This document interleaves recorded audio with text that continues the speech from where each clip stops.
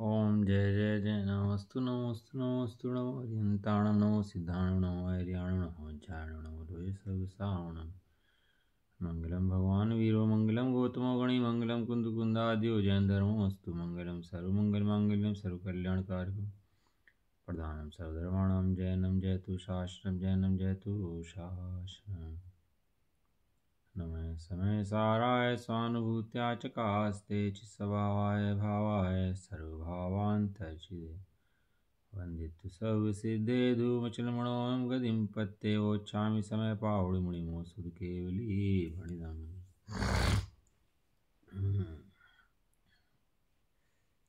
श्री समय सारजी ग्रंथ बंद अधिकार गाथा नंबर चलेंगी 242 से लेकर के 246 तक की। संसार के कारणों का वर्णन कितना इम्पोर्टेंट विषय है वास्तव में। आज तक कारण तो समझ में नहीं आया,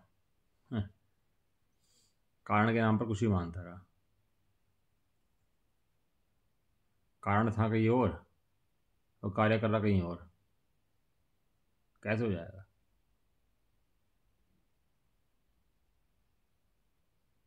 जहाँ कारण है वहाँ कार्य करे तो फल जरूर आ जाएगा।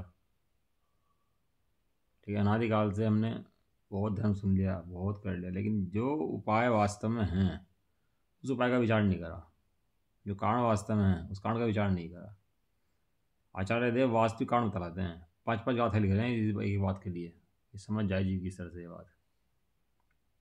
देखो क्या कह रहे हैं, समय दृष्टि उपयोग में राग आदि नहीं करता।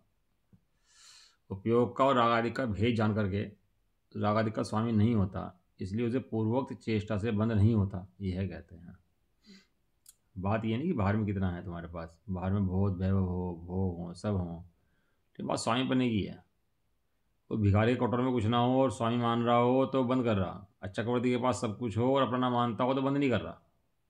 इतना फर्क, सारा खेल स्वामी बनेगा। इसलिए उसे पूर्व चेष्टा से बंद नहीं होता, यह कहते हैं। गाथा पढ़ लेते हैं।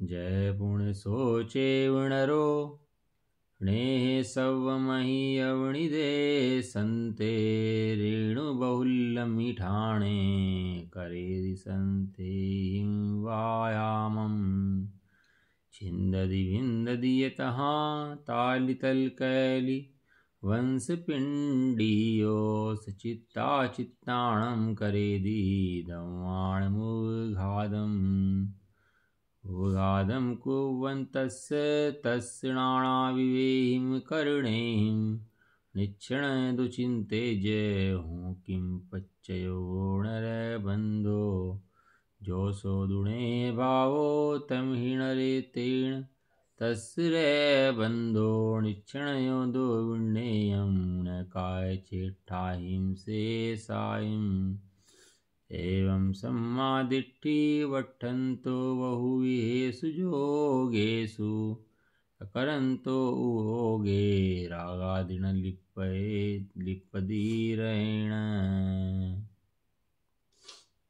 जिस रीति फिर वो ही पुरुष उस तैल सभी को दूर कर व्यायाम करत शस्त्र से बहुरज बरे स्थानक ठहर अरुताड़ कदली बांस आदिक छिन्न भिन्न बहु करे उपघात आप सचेत अवरु अचेत द्रव्यों का करे बहुभांति के करणादि से उपघात करते उसी को निश्चयपन चिंतन करो रज बंद नहीं किन कारणों यो जाने ना निश्चयपने चक चिकनाई जो उस नर विषय रजबंध कारण वो ही है, नहीं काय चेष्टा शेष है। योग विविध में वर्तता, इस भांति सम्यक दृष्टि जो।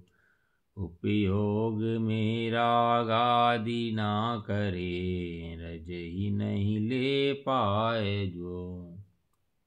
पहली गाथा है सेम है, और आचार्य देव इतनी मेहनत करते हैं जंगल में बैठ करके, जिनके लिए एक एक शब्द कीमती है। ऐसा आया कि एक शब्द बच जाए गाथा से तो उसे लगता है पुत्र रत्न की उत्पत्ति हो गई है उनको, जब पुत्र उत्पन्न हो गया हो। तो भी ये पूरी पूरी गाथाएं रिपीट करी सम्यक दृष्टि के लिए, क्योंकि आजकल ज्ञानी बहुत होने लगे ना, तो कुछ भी बात को कह दो ना तो अपने अपने का लड़ा के इतने अर्थ निकालेंगे उसके, सारे चकनाचूर कर देंगे अर्थ का, उसका सिंपल भाषा को भी टेढ़ी कर देंगे, इतने अकलवान व्यक्ति हो गए।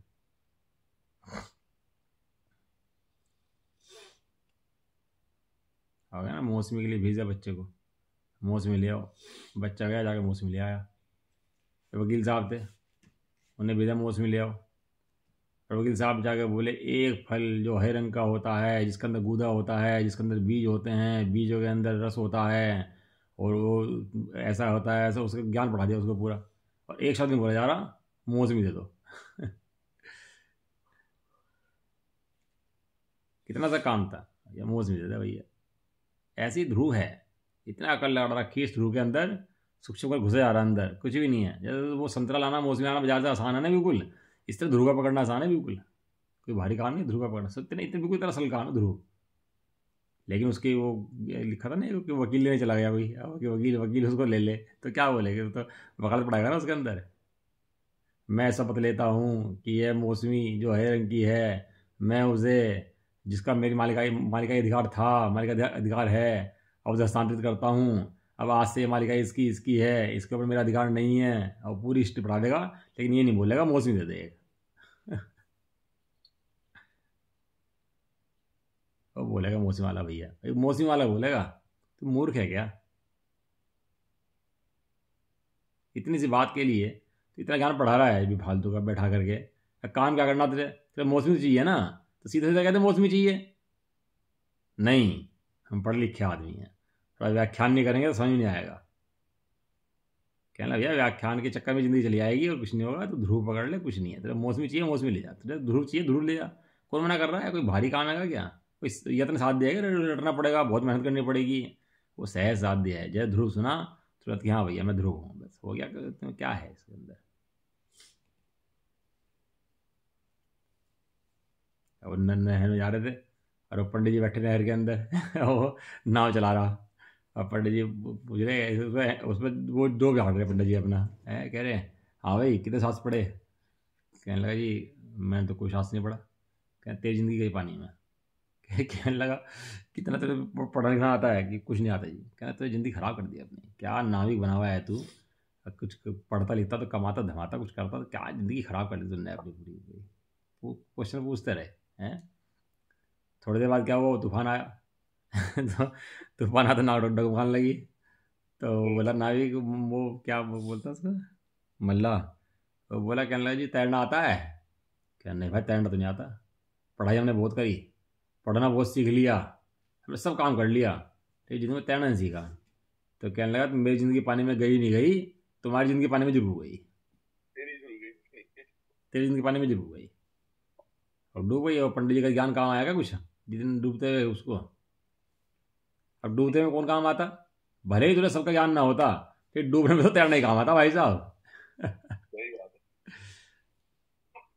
अरे मझधार में नाव पड़ी है, अब क्या है कि नाव मझधार पड़ी है, वो उपाय ढूंढता है, तो मोह के कारण से उपाय अन्य ढूंढता है, तो अन्यथा उपाय क्या क्या ढूंढ के डूब जाता है, उसके बाद बता रहे हैं आचार्य देव।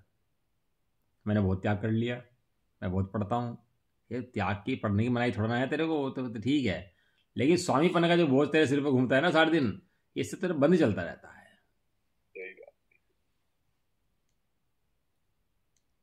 मैंने कर दिया त्याग, मैंने कर दी छोड़, मैंने पढ़ लिया, मेरा क्षोभम बढ़ गया।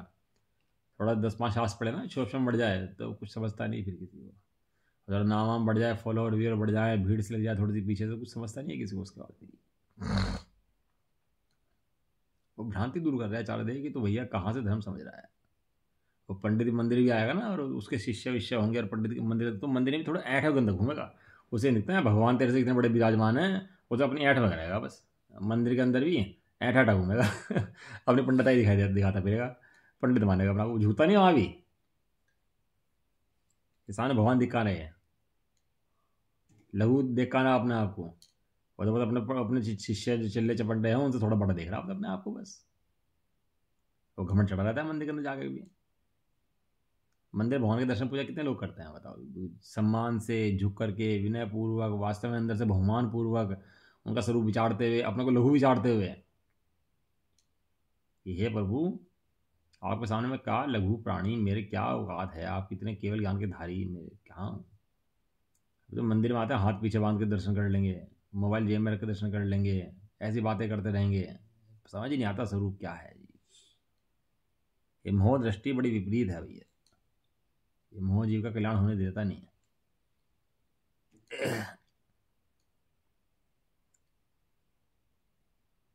भगवान का स्वरूप का मतलब विचार ही नहीं उसको आता कि भगवान सामने कैसे हैं, क्या स्वरूप है, और जो मान चल रहा था बस वही चलता रहता है। और ज्ञान का और मान का बैर है, ज्ञान होगा तो मान ही रहेगा और मान होगा तो ज्ञान ही रहेगा, दोनों का बैर है आपस में क्या नाम है, सम्यक ज्ञान। वैसे ज्ञान तो उसको होता ही है, बिना ज्ञान के तो मान भी नहीं कर सकता। यदि ज्ञान ही नहीं हो तो मान भी कैसे करेगा, मान के लिए भी ज्ञान चाहिए, लेकिन ज्ञान दृष्टि नहीं होगी ऐसा। गाथार्थ, और जैसे वही पुरुष, कोई नया पुरुष नहीं लिया इन्होंने, कोई नया पुरुष पकड़ लिया हो, कि जितने भी आज तक मोक्ष गए हैं वे सब पूरे मिथ्या दृष्टि थे, और वहीं समय दृष्टि बन के मोक्ष गए हैं। कोई नया जीव पैदा नहीं हुआ, कोई सोचता कि नया जीव पैदा होकर मोक्ष चला गया, ये तो विशेष जीव है, ये तो बहुत बड़े भैया, ये तो बहुत बड़े हैं, वही वही पुरुष है भैया, कोई नया आदमी नहीं है।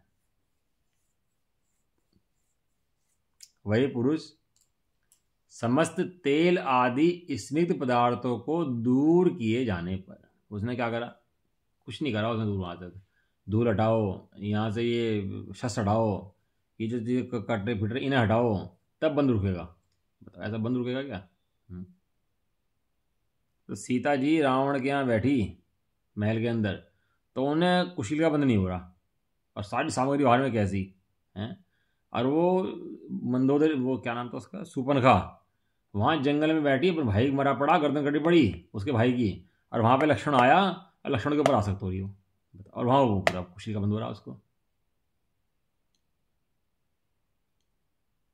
कि बाहर की स्थिति थोड़ा मन का कारण है भैया, तेरे अंदर का राग मन का कारण है। ऐसे वो क्या है, जो तेल लगा रखा उसने, तेल आदि स्निग्ध पदार्थ हैं वो कहते तो नहा ले बस एक बार, है वो रीठा वीठा झाग वाग लगा के, तो ये मिट्टी तरफ धूल तेल लगा हुआ है, इसको दूर कर ले एक बार। क्या कह रहे, जो मिट्टी लगी हुई है उसको दूर कर ले भाई। मिट्टी नहीं, मिट्टी नहीं, तेल हाँ उस तेल को दूर कर ले, तेल दूर करके तो मिट्टी स्वयं में दूर हो जाएगी तो कढ़ाई वढ़ाई होते हैं ना उसमें तेल का बनाते हैं, तो बहुत चिपकता है उसके अंदर। आप देखना कोई सूखी सब्जी बनाएंगे ना और तेल की सब्जी बनाएंगे, तो तेल में बहुत चिपक होती है उसके अंदर, तेल में बहुत वो पकड़ता है, मसाले पकड़ लेता है, चिपका लेता है, तो रगड़े साफ करना पड़ता है उसको, वो इतना साफ भी नहीं होता तेल उसको उसको बहुत मेहनत चाहिए तेल साफ करने के लिए।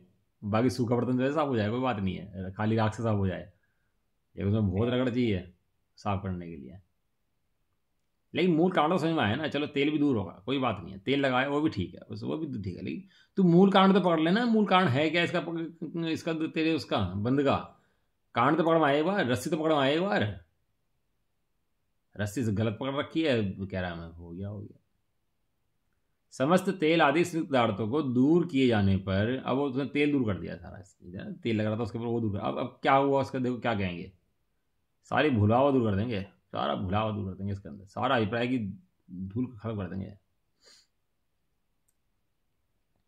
बहुधूली वाले स्थान में शस्त्रों के द्वारा व्यायाम करता है, अब वो बहुत धूल भर रही है वहां पर, और स्थान में कहाँ खड़ा, धूल वाले स्थान के अंदर खड़ा है, नंबर एक बात। और क्या कर रहा है, शस्त्रों के द्वारा व्यायाम कर रहा है, व्यायाम कर रहा है मतलब चला रहा है उनको, इधर उधर कर रहा है शस्त्रों को, शस्त्र में तलवार है, भाले हैं, उनको सबको ऐसे ऐसे घुमा रहा है, चला रहा है, सब काम कर रहा है। और ताड़ तमाल केल बांस आदि अशोक आदि वृक्षों को छेदता है और भेदता है। जो राजा होते हैं ना समष्टि में, ऐसा थोड़ा ना कि बैठे घर में आराम कर रहे हैं, तो बहुत अभ्यास करते हैं युद्ध का, हैं। और युद्ध का अभ्यास कहाँ पर करते हैं? तलवारें चलाते हैं, पेड़ पर करते हैं, ताड़ तमाल पे करते हैं। अब वो भैया कि भैया तुमने हरी पत्ती खा ली, थोड़ी सी सब्जी खा ली, ये तो बंद हो गया, तो भयंकर बंद हो गया। ये समझते नहीं बंद का हेतु क्या है। थोड़ी सी विपरीत क्रिया हुई नहीं, ओ भैया भयंकर बंद हो गया, बंद हो गया, बंद हो गया। अरे बंद का कारण भैया ये नहीं है, ये तू समझता है।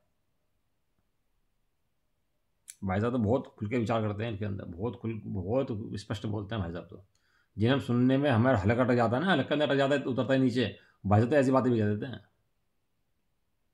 कि तू बंद के कारण देख लेना भैया, तू कारण तो विचार कर। ध्रुव दृष्टि के बिना बंद होता है, और ध्रुव दृष्टि वाले को बंद नहीं होता। और वो कहाँ पर है, कैसा है, उसकी प्रयागत योग्यता है। अब भाई साहब ने श्वेतांबरमती वाले को पढ़ा दिया। 15-20 श्वेतांबरमती बहनें थी ना, 20 बहनें कितनी थी जो ब्रह्मचारी बहनें, उनको सबको पढ़ा दिया भाई साहब ने, ध्रुव पढ़ा दिया। अब लड़े रहो, दृष्टि हैं तो ऐसे हैं, पढ़ना नहीं चाहिए, पढ़ा नहीं सकते। अरे भैया उससे बंद नहीं होता, तो मुंह पट्टी से बंद नहीं होता, कि मुंह पट्टी से बंद नहीं होता, कि बाद में घृत दृष्टि उससे बंद नहीं होता। कि भाई सुन लिया ना ध्रुव है वो, और उसे समझ में आ गया ना जैन धर्म ठीक है, तो बाहर में किसी मजबूरी हुआ यदि घृत मिथ्यात्व का पालन कर रहा हो, और अंदर में ये सोचता हो कि ये हे है, और अंदर में ध्रुव पकड़ रखा हो, तो बंद नहीं होता। बताओ आप कैसे कहोगे? अंदर से तो आनंद बरत रहा, अंदर से तो ये प्राय में बैठा हुआ सारा का सारा, और ऊपर से बस थोड़ी सी क्रियाएं मान करके सोचता हूँ धर्मात्मा हो गया। ऐसा थोड़ा ना होता है भैया। ये साफ लिख रहे हैं, कोई किसी को घर की बात थोड़ा ना है कि आचार्य वो साफ लिख रहे हैं। कहने लगा ये धूल भरे क्षेत्र में खड़ा हुआ है, वो कर्मों के बीच में खड़ा हुआ है, और शस्त्रों के द्वारा क्या कर रहा है? व्यायाम भी कर रहा है, शस्त्र चला रहा है, और ताड़ तमाल केल बांस आदि अशोक आदि वृक्षों को छेद भी रहा है, भेद भी रहा है। नाम भी स्पष्ट कर दिए इसके अंदर। बिल्कुल कोई कहे कि भैया ऐसे ही कह दिया होगा, नाम भी कह दिए। ताड़ वृक्ष, तमाल वृक्ष, केल वृक्ष, बांस वृक्ष, अशोक वृक्षों को आदि लिख दिया इसके अंदर, आदि। आचार्य देव बताओ कैसी कैसे कह रहे होंगे महाभारतधारी, क्या छेद भेद देता है? कल ने तो भेज देना चाहिए था भैया, मत छेद मत भेद। यदि छेदेगा भेदेगा तो बंद हो जाएगा तेरे को, जैसी बात कहनी चाहिए थी। लेकिन आचार्य देव को अत्यंत करना है भैया, छेद दे भेद दे कोई बात नहीं। और क्या करे समझो, सचित और तथा अचित द्रव्यों का उपघात करता है। उपघात मतलब होता है हिंसा करता है। किसकी हिंसा कर देता है? सचित की और अचित द्रव्यों की। यहाँ कोई स्वच्छंदी करने का प्रयोजन नहीं है, यहाँ दृष्टि ध्रुव की हो उसका प्रयोजन है। यहाँ कोई सोचा कहने लगा बताओ जी ऐसी बातें कर रहे हैं तो स्वच्छंद हो जाएंगे जी सारे सारे, कहना स्वच्छंदी करना प्रयोजन नहीं है।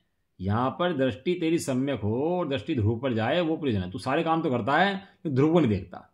ध्रुव की दृष्टि के नाम पर कुछ और पकड़ता है बारंबार बारंबार बारंबार। उनका प्रयोजन क्या है? ध्रुव पकड़ के इस तरह से, इसलिए उसको वहां से फ्री करते हैं। एक बार तू वहां से फ्री तो हो, और वहां बिजी रहे बिजी रहे बिजी रहे तो अपना काम कब करेगा? तो एक बार फ्री हो जा वहां से, और अपना मुख्य काम जो है तू उस काम को कर। टोडो ने लिखा है कि इस जीव को व्यवहार का पक्ष तो अनादि से है, यदा कदा जिस प्रकार भी सुनता है व्यवहार को भी पुष्ट करता है, और व्यवहार से के पाल मात्र निश्चय को ना करे, व्यवहार को मात्र पाले तो उसी ही बस से बंद होता है। और लिखा, अब जो जीव जैनी हैं, शास्त्राभ्यास भी करते हैं, भगवान के पूजन दर्शन भी करते हैं, पूजा पाठ भी करते हैं, उनके भी मिथ्या चलता रहता है। सो उनका भेद बताए फिर, व्यवहाराभासी निश्चयभासी उभयाभासी। जो जीव जैनी है, ये निश्चयभासी व्यवहाराभासी कहीं और से नहीं आते। जो पढ़ता है ना इनको, उसको निश्चयभासी व्यवहाराभासी हो जाते हैं। शास्त्रों को पढ़ने वाले के भेद हैं निश्चयभासी व्यवहाराभासी। किसी ऐसे जीव के भेद नहीं है जो जानता ही ना हो शास्त्रों के बारे में, जिसे मतलब ही कोई नहीं है, जो पढ़ता ही नहीं है। वहीं से निकलते हैं सारे। वो चढ़ाने को पढ़ लेगा कि चढ़ाने के अंदर ऐसा ऐसा क्रियाएं लिखी हुई हैं तो व्यवहारवासी हो जाएगा। ये चढ़े अध्यात्म ग्रंथ पढ़ लेगा तो बस उसको सादा छोड़ एकांत पकड़ लेगा तो निश्चयवासी हो जाएगा। दोनों को पकड़ लेगा, अनुभव नहीं करेगा तो व्यवहासी हो जाएगा। अब जो जीव जैनी हैं, शास्त्राभ्यास भी करते हैं, पढ़ते भी हैं, पूजा पाठ भी करते हैं, तब भी उनके मिथ्यात्व का अंश पाया जाता है। मिथ्यात्व का अंश नहीं पाया जाता है, मिथ्यात्व का वंश पाया जाता है। लिख दिया ना, सचित तथा अचित द्रव्य का उपघात करता है। हे आचार्यदेव, क्या कह रहे हैं आप, क्या प्रेरणा कर रहे हैं आप लोगों को? ये तो सारे भ्रष्ट हो जाएंगे। जैसे जैसे कि ध्रुव की दृष्टि करता है तो बहुत विरोध होता है। आज भी ऐसे ही था और पहले भी ऐसे था। शीतल प्रसाद जी ब्रह्मचारी हैं, ब्रह्मचारी शीतल प्रसाद जी, वो उनको लोग मजाक बना देते उनकी, समय सारी हैं, समय सारी हैं, उनकी मजाक बनाया करते थे। और जितने भी आज तक ये जितने भी हुए ना, इनके सबकी मजाक बनी। आत्मा इनके सब विरोध हुए हैं, कि घोर विरोध हुए हैं इनके सबके। जिसने भी आज काल के अंदर आत्मा की बात करी है, उसने घोर विरोधों को झेल करके आत्मा की बात करी है। अपन लोगों को तो समृद्ध परंपराएं मिल गई गुरुदेव के आश्रय से, अब तो कोई लड़ना ना पड़ा, झगड़ना ना पड़ा, और ऐसी हमें सहजता मिल गई और सहज में समझा दिया लोगों को। लेकिन जिन्होंने विरोध सहा, उनकी सोचो कैसे झंडे दिखाए और पत्थर फेंके और कैसे कैसे विरोध सहे, तो जाकर हमें यहाँ तक ला के दिया। इन बातों को कर देना कोई तो एकदम विरोध खड़ा हो जाता है। अब आचार्य देव कह रहे तब कोई दिक्कत नहीं है। कहते रहे में साहब, सचित तथा अचित द्रव्यों का उपघात करता है। कर सकता है, चौथे गुण स्थान में अवर्त गुण स्थानावर्ती कर सकता है। ध्रुव की दृष्टि तो है नहीं, और सब छोड़ दें तो ये बंद होता है। कल कहा था ना, क्रिया परिणाम अभिप्राय, क्रिया परिणाम से बंद नहीं होता, और अभिप्राय से बंद, पूरा पूरा बंद किससे होता है? वो अभिप्राय से होता है, अभिप्राय में बंद होता है। तो परिणाम से बंद नहीं होता। फिर समय दृष्टि परिणामों के बिगड़ने का भय रखता है और परिणामों के सुधारने का उपाय करता है। ये बता टोटल में लिखा कि परिणामों के बिगड़ने का भय करता है, परिणाम सुधारने का उपाय करता है। क्यों करता है? जब उससे बंद नहीं होता, जानता है, क्योंकि जानता है कि अभिप्राय भी सुधरेगा तो परिणामों के सम्यक प्रस्पने सुधरेगा, इसलिए परिणामों पर पूरा वर्क करता है। ये बंद परिणामों से ही बंद हो, परिणामों से ही मोक्ष प्राप्त हो, गाथा है। सारा खेल तो परिणामों में ही है। लेकिन परिणाम कुछ सुधरते हैं। ये परिणाम सुधरने का मतलब ये नहीं होता कि मैं एक एक परिणाम सुधारूं और उसको क्या करूं कि इसको त्याग करूं, नियम को, इससे परिणाम सुधरेंगे। इससे परिणाम सुधरते हैं, ध्रुव दृष्टि से परिणाम सुधरते हैं। क्या कहा? बोलो क्या कहा?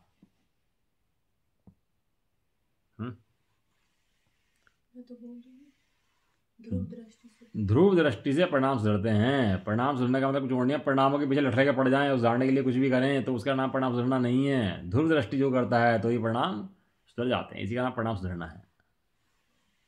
सचित तथा अचित अनेक द्रव्यों का उपघात भी करे तो भी ऐसे नाना प्रकार के कर्णों के द्वारा उपघात करते हुए उस पुरुष को धूलि का बंध वास्तव में किस कारण से नहीं होता? वो सचित अचित का उपघात भी करे। अब इसके अंदर दे दिया ना, धूल भरे क्षेत्र के अंदर खड़ा है, शस्त्रों के द्वारा व्यायाम कर रहा है, ताड़ तमाल अशोक आदि वृक्षों को छेद भी रहा है और भेद भी रहा है, और सचित अचित द्रव्यों का उपघात भी कर रहा है। सब काम कर रहा है ना वो जब जी खड़ा कर दिया। चौथे गुण स्थान जी खड़ा करा है, क्योंकि पंचम गुण स्थान में, छठे गुण स्थान में उपघात नहीं होता ये। लेकिन कौन सा जी गुण स्थान खड़ा करा? चौथे गुण स्थानवर्ती, जिसे हम समय दृष्टि मोक्ष मार्गी मानने तैयार नहीं है, उस जी को खड़ा करा यहाँ लाकर, जिसके बारे में सबसे ज्यादा शंकाएं हैं। तो कह रहे उस पुरुष को धूलि का बंध, अब उसको धूल चिपक रही नहीं चिपक रही, क्यों? उसने अपने ऊपर से तेल हटा दिया ना, तो अब धूल मिट्टी उड़े तो उड़े, शस्त्र आदि के व्यायाम हो तो हो और हिंसा आदि भी हो तो हो। लेकिन धूल चिपकने का कारण क्या था? वहां हिंसा का कारण ढूंढोगे आप तो हिंसा का कारण कहेंगे भाई शस्त्र चला रहा है, वो हिंसा का कारण है, और बराबर है। कब कि क्या ढूंढेंगे हम? जब हम हिंसा का कारण ढूंढेंगे तब ये बात कहेंगे कि शस्त्र चलाना हिंसा का कारण है। ठीक है, बराबर है ना? लेकिन अब हम क्या कारण ढूंढ रहे हैं? हम ढूंढ रहे हैं बंध का कारण, जो संसार का मूल कारण है। तो बंध का कारण ढूंढेंगे तो वहां भी ये नहीं कहेंगे शस्त्र चलाना मूल कारण है, वहां कहेंगे तेल का होना मूल कारण है। अब यदि उसके अंदर ये कहें कि भाई शस्त्र का चलाना मूल कारण है तो कारण विपर्य हो जाएगा। विपर्य है ना, भेद भेद विपर्य, कारण विपर्य, तीन विपर्य है ना। कारण विपर्य हो जाएगा, पकड़ना होगा किसी और को और पकड़ लेगा किसी और को। तो इसलिए जो मूल में कारण है वो पकड़ में दयाचार्य दे रहे हैं कि इन सबसे बंद नहीं होता है भैया। आगे कह रहे हैं इसके अंदर कि यह निश्चय से विचार करो, वास्तव में विचार करो कि उस पुरुष को अब बंद क्यों नहीं हो रहा। पहले वही पुरुष खड़ा था, उसको पूरा बंद हो रहा था, उसने हथियार छोड़ दिए, अपने धूल का क्षेत्र छोड़ दिया, उसने सब छोड़ दिया, तो भी धूल मिट्टी का उसका बंद हो रहा है, और इसको विचार करो इसको नहीं हो रहा है, तो दोनों के अंदर क्या डिफरेंस आ गया इन दोनों के अंदर। वो थे ना, वो जहाज चला रहे थे, वो जहाज चल नहीं रहा, तो जहाज चल नहीं रहा तो वो थे चारों दोस्त वहाँ पर खड़े हुए, जहाज के अंदर बैठे थे, जहाज के अंदर। तो किसी उसने सलाह दी, व्यक्ति ने, कहने लगा भैया बकरी की बलि दो तो जहाज चलेगा। हैं, अब वो बकरा पकड़ लाए, बकरी की बलि देने लगे, तो चारों तो बोले, कहने लगा भैया ये तुम बकरी की बलि क्यों दे रहे? श्रीपाल हैं या चारों जाते हैं मेरे ख्याल से, कहना बकरी की बलि क्यों दे रहे आप? कहले जहाज नहीं चल रहा। कहना भाई जहाज चलने का बकरी की बलि से क्या संबंध है? ऐसे बहुत सारे कारण विपर्य हैं हमारे साथ। अब समझो आप, कारण विपर्य में क्या आता है, सपोज करो हमें बुखार हो गया, तो खराब हो गया, नजर उतार दी, अब भाई ठीक हो गया, ठीक हो गया, अब वो नजर उतारे जाए, बार बार बार बार उतारे जाए, कारण विपर्य है। ये सारा घृत मिथ्यात, सारा मोह, सारा बंद, वो यहीं से खड़ा हो जाता है सारा, ये इससे कारण विपर्य से।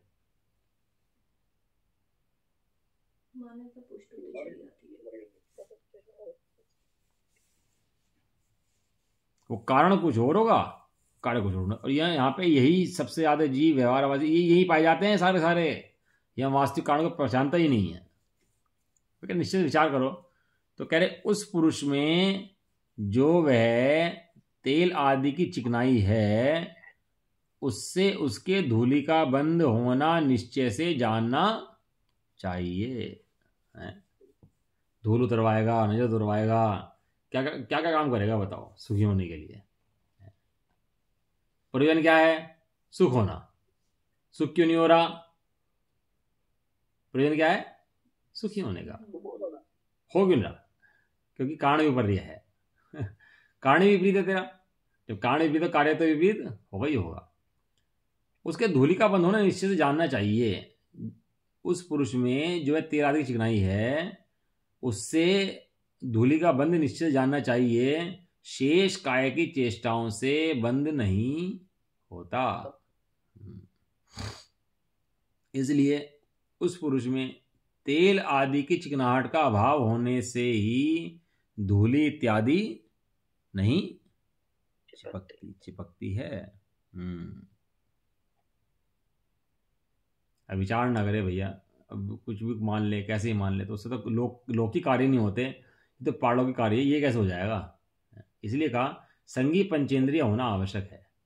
अब संगी पंचेंद्रिय नहीं होगा तो इतना विचार नहीं कर पाएगा, क्योंकि संगी पंचेंद्रिय मन नहीं होता ना, उसको तो कर्म फल चेतना होती है, तो कर्म का फल जैसा हो जाएगा आता है वैसे चेतना काम करती रहती है, कर्म चेतना, उसको तो पता हो ही नहीं कुछ भी, वो तो मन बुद्धि सोच नहीं सकता, विचार नहीं कर सकता, हिताहित का विचार नहीं कर सकता। लेकिन वास्तव में जो नहीं कर सकता वो तो असंगी है ही, लेकिन जो संगी होने पर भी विचार नहीं करता वो भी क्या है? संगी के बराबर है। वे भी असंगी का ना, असंगी ही है वास्तव में। जो मन होते हुए भी मन का सदुपयोग नहीं करते और इन बातों को नहीं पढ़ते और यदि विपरीत ग्रहण कर लेते हैं तो ये भी असंगी है। या किसी को बिगाड़ने का उद्देश्य नहीं है आचार्य देवों का कि कहीं बिगाड़ना हो किसी को, यहाँ प्रयोजन उसको भगवान बनाने का है, पूरा सुधारने का है। यहाँ थोड़े में बात नहीं बनती है, तो पूरा चाहिए, पूरा सुधरा हुआ। पूरा कब सुधरेगा? जब धूर्दृष्टि हो जाएगी तब। इस प्रकार बहुत प्रकार के योगों में वर्तता हुआ समय दृष्टि में चौथे गुण स्थानवर्ती जीव जो अवर्त गुण स्थानवर्ती है, वो उपयोग में राग आदि को नहीं करता हुआ कर्म रस से लिप्त नहीं होता। क्या ढूंढ रहे हैं हम ढूंढ रहे हैं बंध। बंध, और बंध में क्या ढूंढ रहे? बंध का कारण। बंध का कारण क्यों ढूंढ रहे? बंध से खुलने के लिए। अभी कारण भी ढूंढ ले और ढूंढ करके बैठ जाए भाई ज्ञान बहुत हो गया, हमने पता कर लिया भाई, तो ये बात नहीं बनती। रागादि हटना चाहिए। रागादिक दुक्कार घनेरे बुद्धिवंती ने निर्वेरे। वो ज्ञानी जन होते हैं, राग का निर्माण करते हैं, मूल पे चोट मारते हैं, मूल पे चोट मारते हैं। फल वल तोड़ने से बात नहीं बनती, मूल में जड़ पे कुठारघात करते, जड़ पे कुठार मारते हैं। वो कह रहे दुर्ग वन कुठारे, क्या कलश हो? दुर्ग वन कुठारे प्रास्त दुर्वार मारे, पर परिणति दूरे प्रास्त रागाब्दि पूरे, हत विविध विकारे क्या नित्य शर्मावधि नीरे सपदि समय सारे प्रास्त दुर्वार मारे। जो समय सारे को प्राप्त कर लेता है, दुर्वार काम के रोग को मार देता है, जड़ खोद देता है उसकी। कलश है पदमपल बलधारी देव का, बहुत गहरा कलश है। 38 दिसंबर की गाथा का। कौन से शास्त्र में? 38 दिसंबर नियमसार जी गाथा का, पदमपल बलधारी देव का कलश, श्लोक कलश है, बहुत बढ़िया है।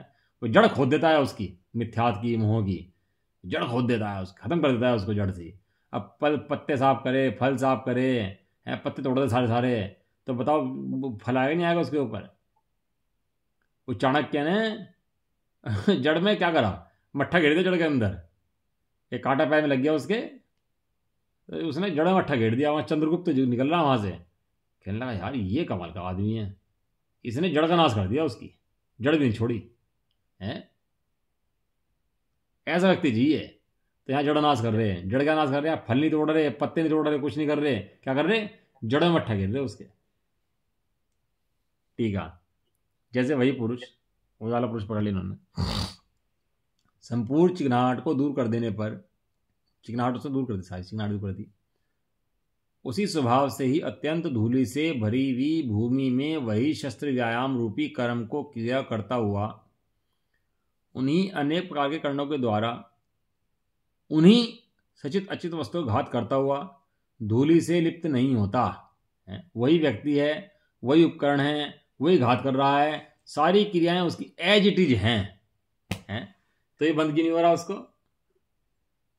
क्योंकि वहां पर धूल मिट्टी नहीं, वहां पर तेल से चिकनाई नहीं है उसको।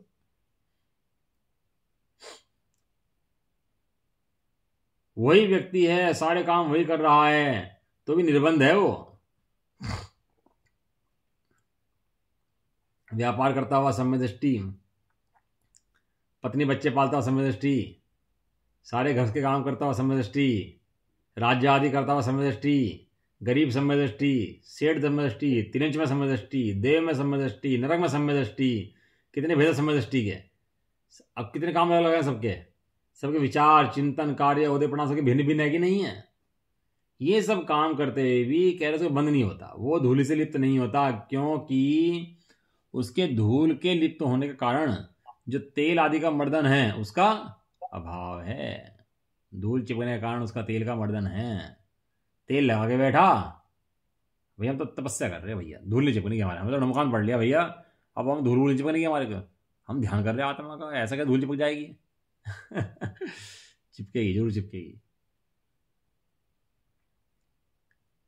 इसी प्रकार सम्य दृष्टि, पहली का 5 गाथाएं मिथ्या दृष्टि की थी, आगे 5 गाथाएं सम्य दृष्टि की हैं। और सम्य दृष्टि मिथ्या दृष्टि में क्या डिफरेंस बताया? केवल एक, सारे काम सेम करते हुए भी उसको रागादिक नहीं है, इसको रागादिक है। रागादिक मैंने अज्ञानता, अपने स्वरूप के संबंध में अज्ञानता, उसका नाम ही राग है वास्तव में, उसका नाम भ्रांति है, भूल है, मिथ्यात्व है, राग है, कुछ भी कहो उसको भी। उसी प्रकार सम्य दृष्टि अपने में रागादिक को नहीं करता हुआ क्या छोड़ दिया उसने? राग को छोड़ दिया। केवल रागादिक को नहीं करता हुआ उसी स्वभाव से बहु कर्म योग्य पुद्गलों से भरे हुए लोक में वही मन वचन काय की क्रिया को करता हुआ उन्हीं प्रकार के कर्णों के यानी इंद्रियों के द्वारा उन्हीं सचित अचित वस्तुओं का घात करता हुआ कर्म रूपी रस से नहीं बनता, क्योंकि बंध के कारणभूत राग के योग का राग में जुड़ने का उसको अभाव है। पूर्व में कहा था उसको स्वामी पने का अभाव है। ये बंध स्वामी पने का नाम है, अन्य किसी का नाम बंध नहीं है। मुनि हो, खूब पैसे गिन ले, कोई दिक्कत थोड़ा ना है सेठ के, लेकिन स्वामी पना नहीं मानता उसका। तो स्वामी कौन है उसका? सेठ स्वामी है। कार्य करता हुआ, क्रिया में ही करता हुआ, परिणाम में ही करता हुआ भी उसको बंध नहीं है, लेकिन वो अभिप्राय में खोट उसके आ गया कि कुछ चुरा लो धन इसके अंदर, तो तुरंत ही क्या हो जाएगा उसको? बंद का कारण, तुरंत बंद का कारण हो जाएगा, तो ये अपराधी बन जाएगा, और अपराधी है वो फंसेगा भाई। भले ही बाहर में लोक में सजा मिलती हो, लोक में सजा की व्यवस्थाएं ना हो, वो कोई दिक्कत वाली बात नहीं है, लेकिन परलोक के अंदर कर्मों के अंदर सब कर्म पूरी व्यवस्था है। समझाया था ना, सर्वज्ञ ज्ञान से, अपने ज्ञान से और कर्मों से कभी कुछ नहीं छुपा। हम सोचें कि अपने पाप छुपा लें, तो भाई छुपा नहीं पाएगा। सर्वज्ञ भगवान तो कुछ नहीं कहेंगे, कोई बात नहीं है। और तू तो पोषण करता है अपने पाप का, तू तो क्यों कुछ कहेगा? तो अच्छे लगते हैं बल्कि उल्टे पाप, तो कोई दिक्कत नहीं है। लेकिन भाई कर्मों से धोखा नहीं चल सकता।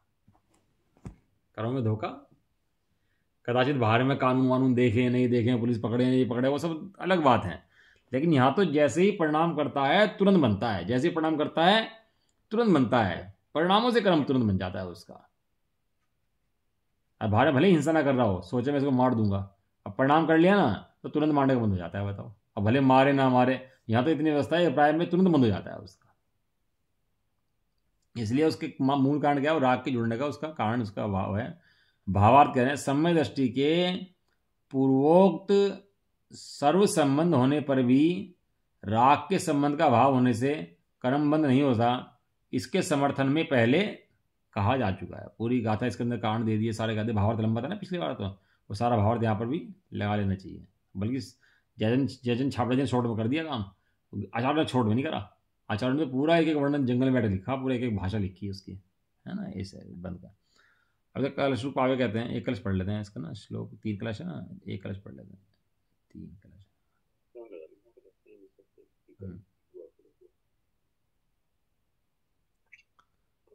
लोके कर्म ततोस्तु सोस्तु च परिस्पन्दतात्मकं कर्म तत् तान्यस्मिन् करणानि सन्तु चिद चिद व्यापादनं चास्तु तत् रागादीनुपयोग भूमिं नयन् ज्ञानं भवन् केवलं बन्धं नैव कुतोऽप्यमुत्ते महो सम्यक् दृगात्मा ध्रुवम्। श्लोकार्थ। इसलिए पूर्वोक्त बहुकर्मों से कर्म योग्य पुद्गलों से भरा हुआ लोक है, सो भले रहो। यहाँ इतने मारकाट मच रही है तो भले मचो दुनिया में इतना हिंसा मच रही है, इतने पाप पड़ रहे हैं तो भले पड़ो। ये अणुवर्ती त्यागी है, उन्हें क्या मतलब है। अब आलू महंगा हो गया तो हमें क्या लेने देना, हमें तो हमें खूब महंगा कर दो, उसे ले जाकर आसमान पहुँचा दो, हमें क्या लेने देना। हमें तो टमाटर भिंडी से मतलब है ना, भले रहो, हमें क्या फर्क पड़ रहा। वह मन वचन काय के चलन रूप कर्म योग है, सो भी भले रहो।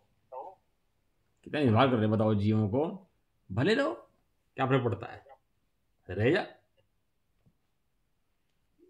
और वह चेतन अचेतन का घात भी, भले रहो, शस्त्र आदि रहो, व्यायाम आदि रहो, हिंसा रहो, वो क्षेत्र रहो, सब रहो, परंतु अहो यह सम्यदृष्टि आत्मा रागादि को उपयोग भूमि में ना लाता हुआ, रागादीन उपयोग भूमि अन्यन, रागादि को उपयोग भूमि में ना लाता हुआ केवलम ज्ञानम भवन, केवल एक ज्ञान रूप परिणमित होता हुआ। अब इसमें एक शब्द दिया इन्होंने कलश के अंदर, पहले तो अर्थ रागादि ना करता हुआ, रागादि ना करता हुआ, नास्तिक से वर्णन चल रहा था। इन्होंने क्या दिया कि रागादि ना करने का मतलब क्या है, ज्ञान रूप परिणमित होता हुआ। अब अस्थि की बात आई ना 10 गाथा के बाद कि सही नहीं करता, राग नहीं करता, तो हमें तो समझ में नहीं आया राग नहीं करता का मतलब क्या होता है। तो राग नहीं करने का मतलब ज्ञान रूप परिणमित होता है। वो ज्ञान रूप परिणमित होता हुआ किसी भी कारण से निश्चित है बंध को प्राप्त नहीं होता। देखो अहो यह सम्यक दर्शन की अद्भुत महिमा है। ये सम्यक दृष्टि को जो वंदना करा है चरणों में ढोक दे करके देवों ने, तो ऐसा होना कर दिया। उसने क्या कर दिया, उसका बंध का भाव कर दिया, उसने मूल बंध छेद दिया उसने।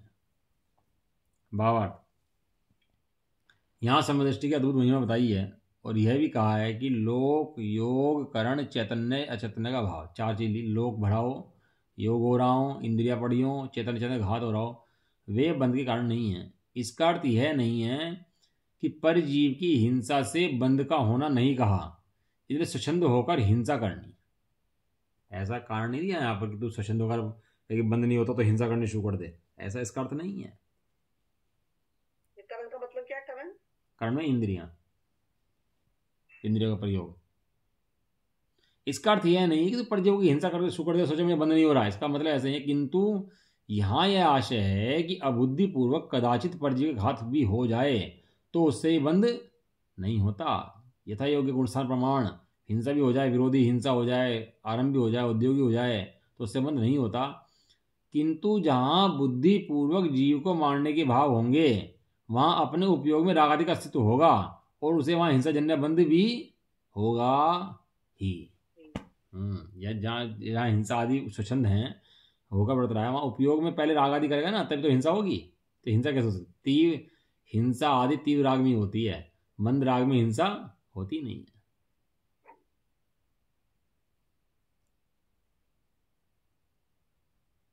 जहां जीवों को जिलाने का अभिप्राय हो वहां भी अर्थात उस अभिप्राय के भी निश्चय से मिथ्यात कहा है, तब फिर जीव को मारने का अभिप्राय मिथ्यात क्यों ना हो, अवश्य होगा। इसलिए कथन को नए विभाग से यथार्थ समझकर सिद्धांत करना चाहिए। सर्वथा एकांत मानना मिथ्या तो है। अब उपरोक्त भावार्थ में कथित आश्रय को प्रकट करने वाले व्यवहार नय की प्रवृत्ति कराने के लिए काव्य कहते हैं। चलो अपन लोग कल चर्चा करेंगे इसकी, है ना, क्योंकि निशान लगा दिया था, समय हो गया। इसकी चर्चा और कल करेंगे। अभी चर्चा इसकी आज हो नहीं 22 कलश की ना, कलश की चर्चा करते हैं। कलश क्या, कलश में क्या वर्णन इसके अंदर आया है, बड़ कलश है। क्या है कि भैया मोक्ष मार्ग में तो लिखा है कि यदि मोक्ष चाहते हो तो दोनों नयों को मत छोड़ो, ना निश्चय को छोड़ो ना व्यवहार को छोड़ो। वहाँ निश्चय कोई व्यवहार को नास्ती नहीं करता, खत्म नहीं करता, स्वच्छंद नहीं करता। निश्चय ने तो अपनी बात कहता है और निश्चय ने कि अपनी बात करने में व्यवहार की नास्ती हो जाती है। अब क्या करे उसको, बताओ कैसे स्थापित करे? अब उसको स्थापित करे तो अपनी बात खत्म हो जाती है। बात तो सही है, पर लेकिन दो नावों में पैर रख के, दो नाव नहीं है, नहीं नाव एक है, दो पतवार है इसके अंदर, ये दो चप्पू हैं, नाव एक है, ये नाव दो नहीं है। लेकिन क्या करे वो व्यवहार, जब निश्चय अपनी बात करता है तो व्यवहार की नास्ती स्वयं हो जाती है। क्या करे वो बेचारा, जब प्रकाश होता है तो अंधकार का नाश स्वयं हो जाता है, वो करे क्या? अब वो व्यवहार का नास्तिक होती है। व्यवहार की नास्ती करने में लोगों को समझता है कि स्वच्छंद हो जाओ, तो स्वच्छंद करने का प्रयोजन नहीं था, वहाँ निश्चय ने को अपनी बात करने का प्रयोजन था। निश्चय ने तो ये कहा ध्रुव को देख, बाकी कुछ तेरा नहीं है, तो प्रयोजन तो इतना था। लेकिन जब तू ध्रुव में नहीं टिकता तो बाहर आके खड़ा होता है तो उसको व्यवहार सिखाते हैं। फिर उसके बाद ध्रुव में चला जा, तो ध्रुव में जा, तेरे लिए व्यवहार की जरूरत पड़ेगी नहीं, सिद्धों के ऊपर व्यवहार लगता ही नहीं। जैसे हम बंद के बारे में पढ़ रहे हैं तो इसमें व्यवहार का है, तो निश्चय ये नहीं, निश्चय अब कह दिया ना इन्होंने, सब बातें कहते दी अभी जो टीकाराश लिखा आचार्य देव ने, छोड़ दो ना। कहने कोई स्वच्छंद होकर प्रवृत्ति तो सोचे मुझे बंद नहीं है तो उसको बंद होगा। चलो है।